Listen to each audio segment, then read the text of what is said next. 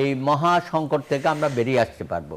উনি আমাদের মাঝে সুস্থ হয়ে ফিরে আসবেন এবং বিএনপির হাল ধরবেন এবং আগামী নির্বাচনে উনি অংশগ্রহণ করবেন এবং জনগণের প্রতিনিধি হিসাবে রাষ্ট্র পরিচালনার দায়িত্ব উনি নিতে পারবেন। ইতিবাচক রাজনীতির যে প্রবর্তন বেগম খালেদা জিয়া করেছেন এবং এখন পর্যন্ত বাংলাদেশের যে রাজনীতিবিদরা বাংলাদেশে আছেন প্রত্যেকেই বেগম খালেদা জিয়ার প্রশ্নে যে সম্মান, যে ভালোবাসা, যে আন্তরিকতা দেখাচ্ছেন, কি বলবেন আপনি? না, আমি তো ওনাকে খুব কাছে থেকেই দেখেছি, যদিও আমি ভিন্ন রাজনীতি করেছি, কিন্তু আমি কখনো ওনাকে প্রতিহিংসা পরায়ণ হতে দেখি নাই। কারো বিরুদ্ধে বলা, কটু কথা বলা, কারো বিরূপ সমালোচনা করা। হ্যাঁ, রাজনীতির মাঠে বক্তব্যের মধ্যে সমালোচনাগুলো আসতো, কিন্তু ব্যক্তিগতভাবে আমি দেখি নাই কারো প্রতি কোনো আক্রোশ ছিল। সুতরাং উনি এই জায়গাটায় উঠে গেছে। হ্যাঁ, কিন্তু দুর্ভাগ্য আমাদের, এখন যারা আমরা রাজনীতির মাঠে আছি, আমরা কিন্তু সেই কালচারটা অ্যাডপ্ট করতে পারি নাই। বেগম খালেদা জিয়া যে ধারার রাজনীতি করেছে, যেই সংস্কৃতির রাজনীতি করেছে, যে গণতান্ত্রিক মন মানসিকতার রাজনীতি করেছে, সেই ধারার উপর আমরা উঠতে পারি নাই। একটা দেখেন, ওনার সময়ে সুপ্রিম কোর্টে জজ নিয়োগ হলো। এখন চিফ জাস্টিস বলল যে কয়জন জজ নিয়োগ হচ্ছে সেখানে 3 জনের ব্যাপারে আমার আপত্তি আছে, আমি শপথ পড়াবো না।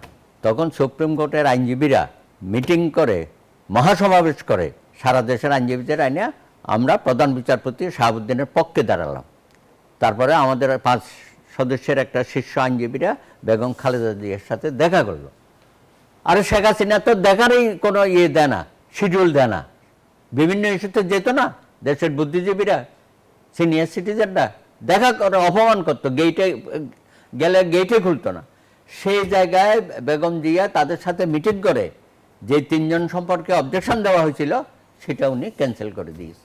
সে নিয়ে প্রধান বিচারপতিকে অনুরোধ করেছে যে ঠিক আছে, এই 3 জনকে নেওয়ার দরকার নেই।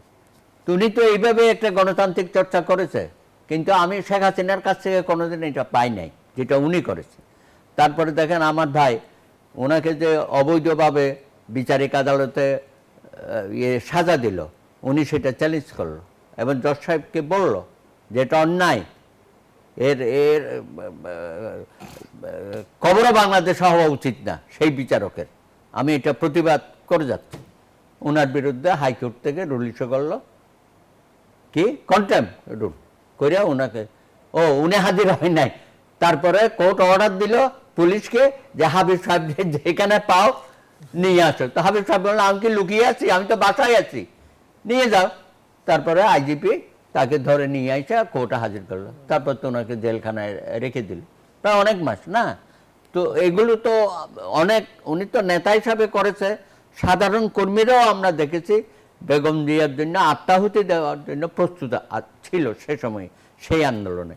তো এখনও যেসব আপনি উদ্বেগ উৎকণ্ঠার কথা বলছেন, আমি মনে করি এই মহা সংকট থেকে আমরা বেরিয়ে আসতে পারবো। উনি আমাদের মাঝে সুস্থ হয়ে ফিরে আসবেন এবং বিএনপির হাল ধরবেন এবং আগামী নির্বাচনে উনি অংশগ্রহণ করবেন এবং জনগণের প্রতিনিধি হিসাবে রাষ্ট্র পরিচালনার দায়িত্ব উনি নিতে পারবেন। আমি খুবই আশাবাদী। যতই আমরা তার চিকিৎসা নিয়ে আলোচনা সমালোচনা করি না কেন, এখানে মিরাকেলও একটা হইতে পারে, যেটা আপনি একটু আগে গল্প করলেন। এরকম মিরাকেল ছাড়াও আমি মনে করি বেগম জিয়া জনগণের দোয়াতে, জনগণের আশীর্বাদে, দল মত ধর্ম বর্ণ নির্বিশেষে, আপনি জানেন এখন প্রত্যেক মন্দিরে মন্দিরে প্রার্থনা হচ্ছে, মসজিদ হচ্ছে, পেগোডাতে হচ্ছে। সুতরাং ধর্ম বর্ণ নির্বিশেষে সকলেই যখন আমরা সৃষ্টিকর্তার কাছে প্রার্থনা করছি, আমাদের নেত্রী, দেশনেত্রী বেগম খালেদা জিয়া সুস্থ হয়ে আমাদের মাঝে ফিরে আসবে, দলের নেতৃত্ব দেবে, দেশের নেতৃত্ব দেবে, এই আশাবাদ আমি ব্যক্ত করি।